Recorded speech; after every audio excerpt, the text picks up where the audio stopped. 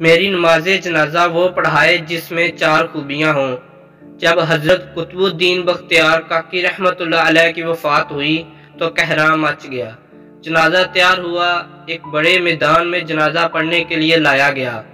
مخلوق بڑی تعداد میں جنازہ پڑھنے کے لیے نکل پڑی تھی۔ انسانوں کا ایک سمندر تھا جو حد نگاہ تک نظر آتا تھا۔ یوں معلوم ہوتا تھا کہ ایک دریا کی مانند یہ مجمع ہے۔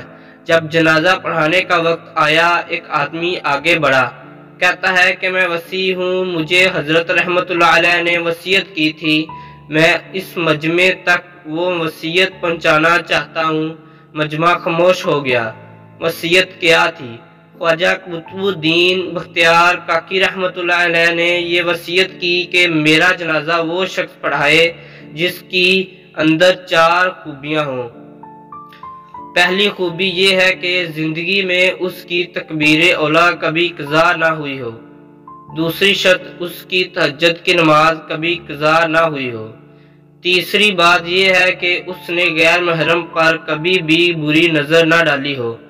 چوتھی بات یہ ہے کہ اتنا عبادت گزار ہو حتیٰ کہ اس نے عصر کی سنتیں بھی کبھی نہ چھوڑی ہوں۔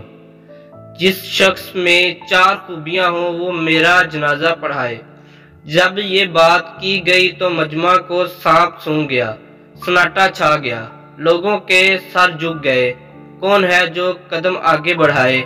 کافی دیر ہو گئی، حتیٰ کہ ایک شخص روتا ہوا آگے بڑھا، حضرت قطب الدین بختیار کاکی رحمت اللہ علیہ کے جنازے کے قریب آیا، جنازے سے چادر ہٹائی اور کہا، قطب الدین آپ تو خود فوت ہو گئے، مجھے رسوا کر دیا، میرا راز کھول دیا۔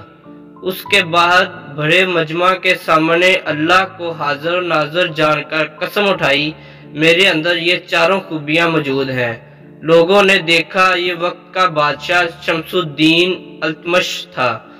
اگر بادشاہی کرنے والے دینی زندگی گزار سکتے ہیں تو کیا ہم دکان کرنے والے یا دفتر میں جانے والے ایسی زندگی نہیں گزار سکتے؟ اللہ رب العزت ہمیں نیکی کرنے کی توفیق عطا فرمائے۔